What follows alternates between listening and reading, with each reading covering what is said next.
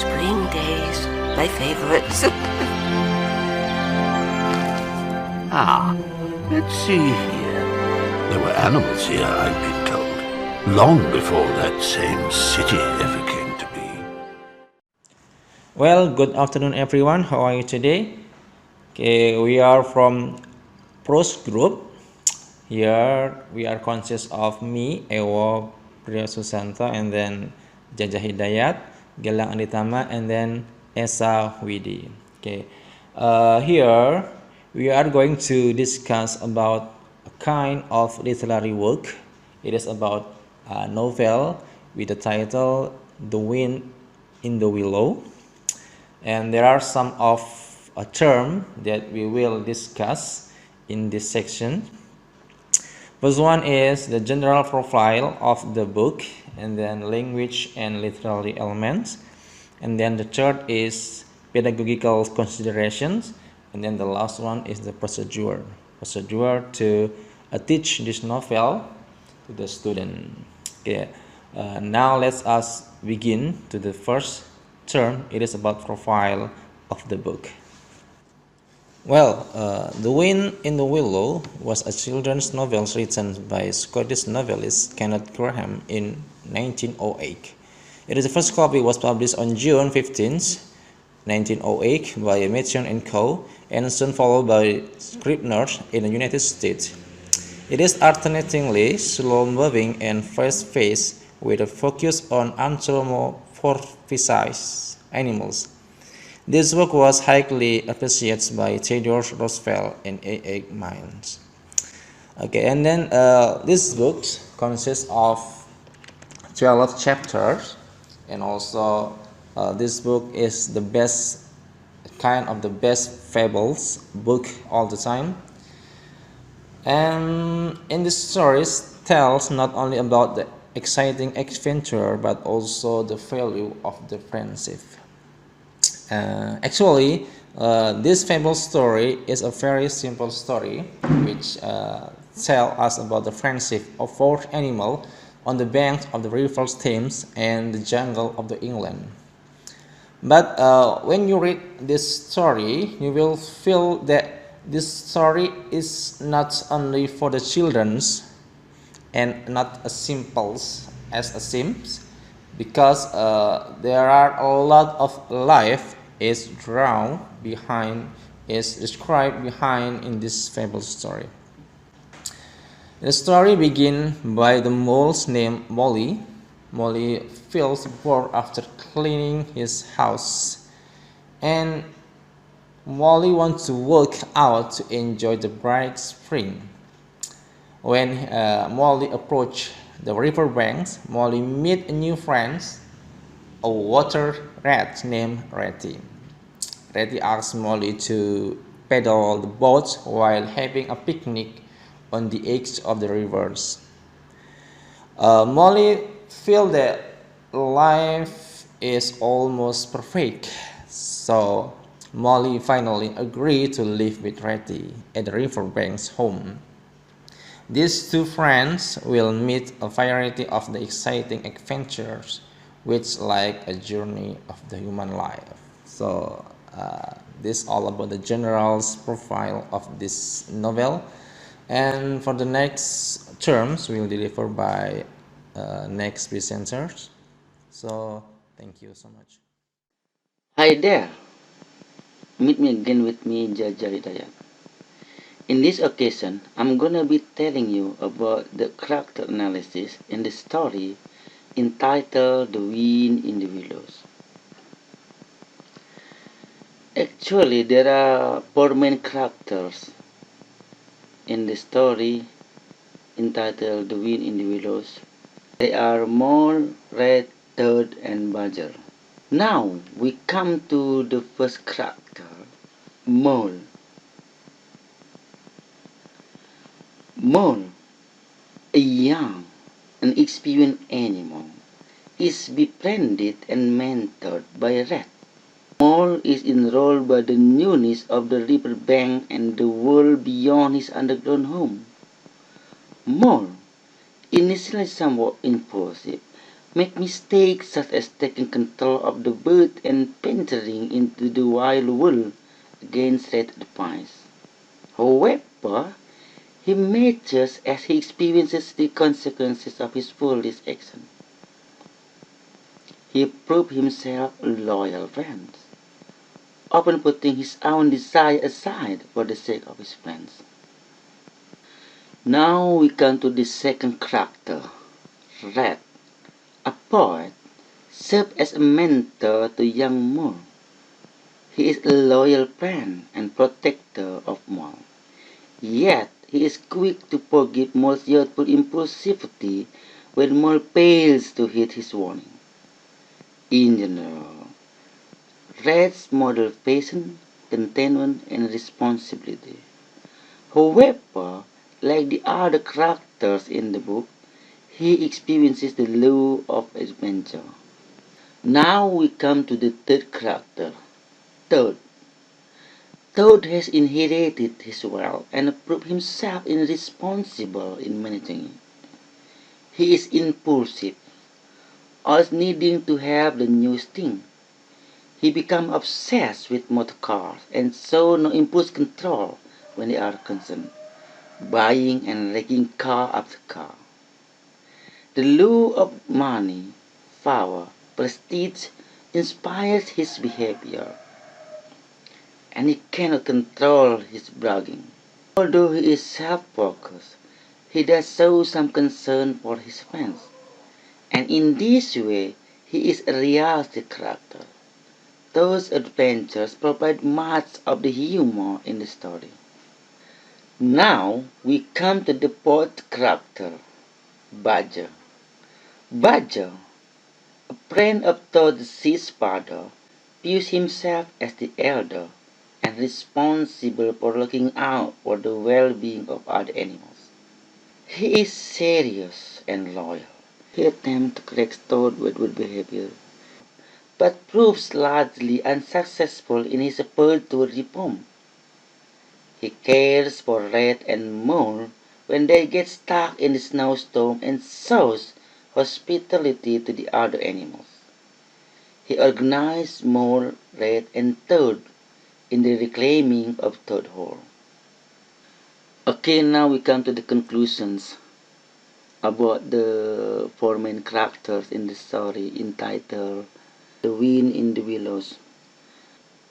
In this kind of conclusion, I don't give any text like a paragraph, but I prefer to give you a descriptive conclusion by providing a picture. So in this picture, I'm choosing Mole as the center in describing the relationships amongst the four main characters.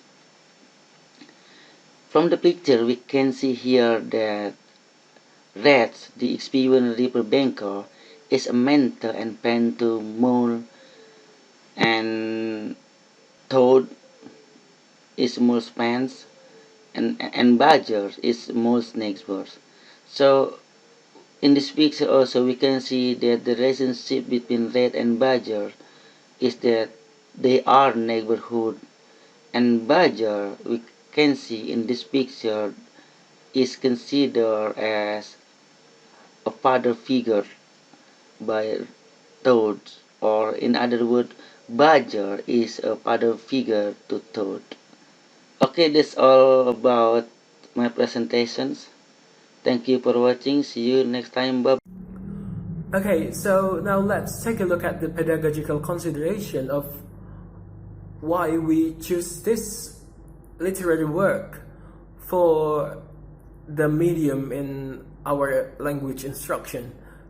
First, in relation to Kurikulum 2013, as we know that KAT 13 adopts several aspects of experiential learning model, and considering that, there are aspects we have to really pay attention to, not only the technical aspect but also the emotional aspect.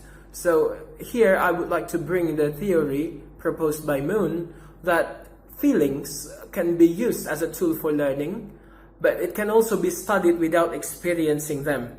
So by using this work, by using the wind in the willows, we would like learners to experience, we would like learners to feel the friendship among the characters there without having them experiencing it. So they just have to study the relationship among the characters, despite the fact that they do not live in pastoral era in Edwardian English. So the second one, based on this theory also, this story is very much engaging. It is quite interesting for learners, because even for busy persons like Theodore Roosevelt and Milne, the writer of Winnie the Pooh, this story brings them something that they really believe that it is enjoyable. Even Roosevelt admitted that he read this story aloud in his office. Well, imagine if we bring the story into the classroom. Perhaps it may influence the learners, especially teenagers who are very keen on establishing friendship. It is really engaging, as we might encourage them to associate the characters with their own friends in the real world. Of course, the anthropomorphized characters like the rat and the mole with the toad, they grumble about each other's attitude, but in the end they were still friends and they helped each other.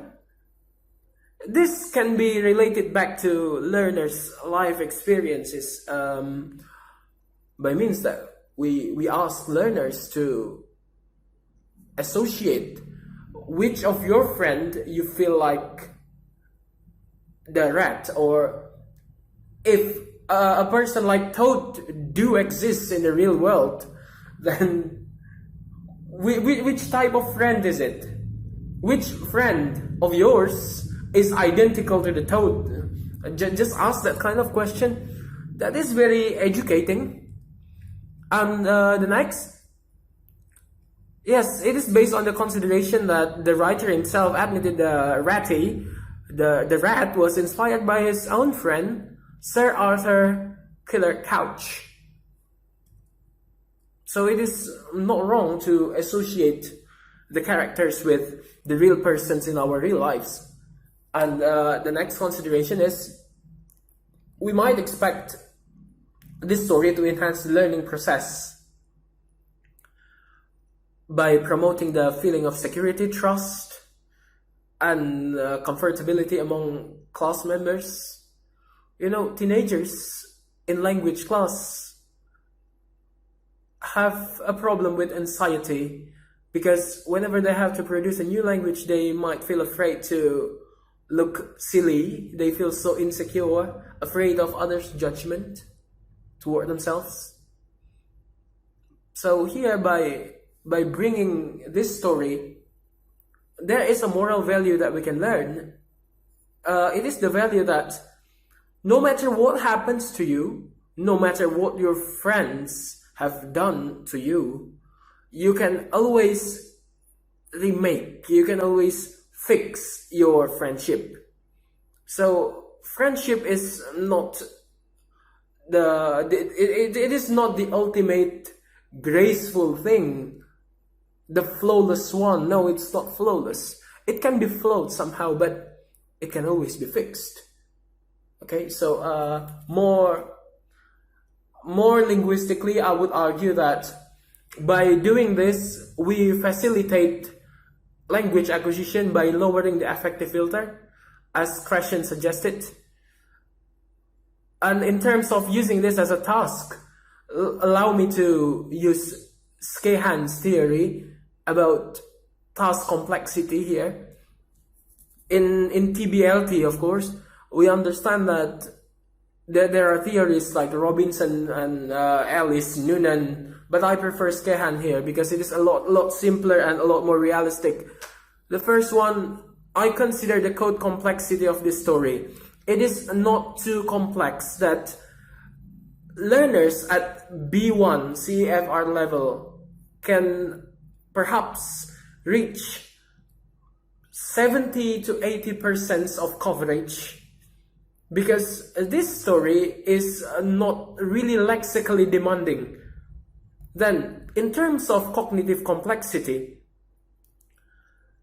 I believe that this story does not require much background knowledge because cultural elements are not very much dealt with by the writer, but it is the friendship and the common attitudes in our daily lives that become the emphasis of this story.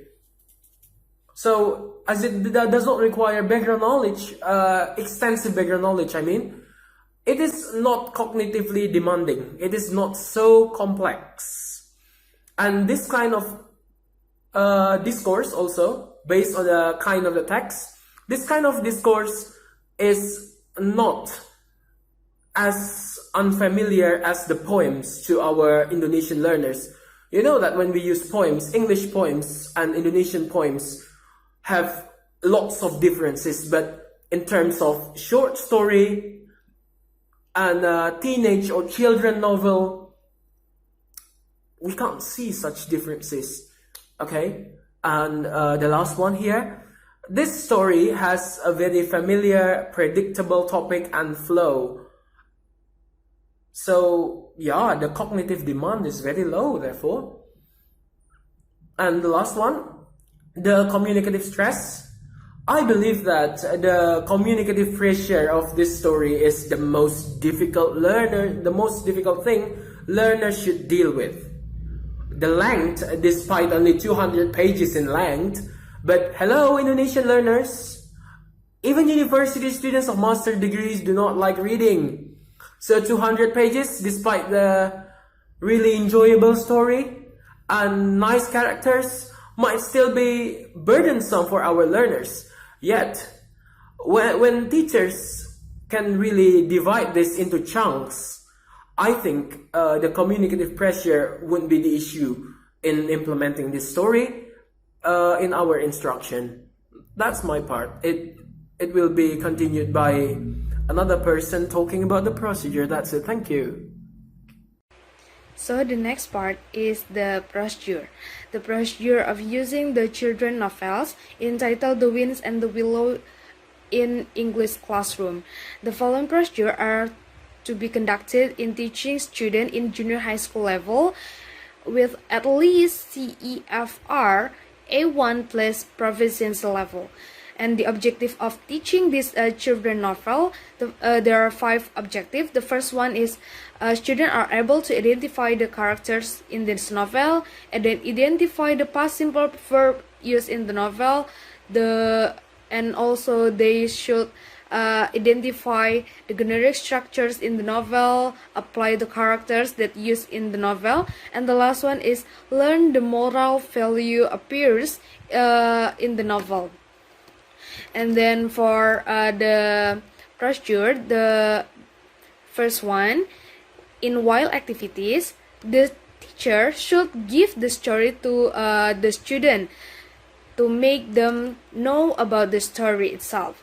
And then the teacher asks the student to listen. The story is being told by the teacher, so the teacher need to explain or tell the story about the wind and the willows to the students. And then the students are asked the answer to the question from the teacher about the story. I mean, like the brief questions, like how many characters appear in the story, and then who is the main character, just like that.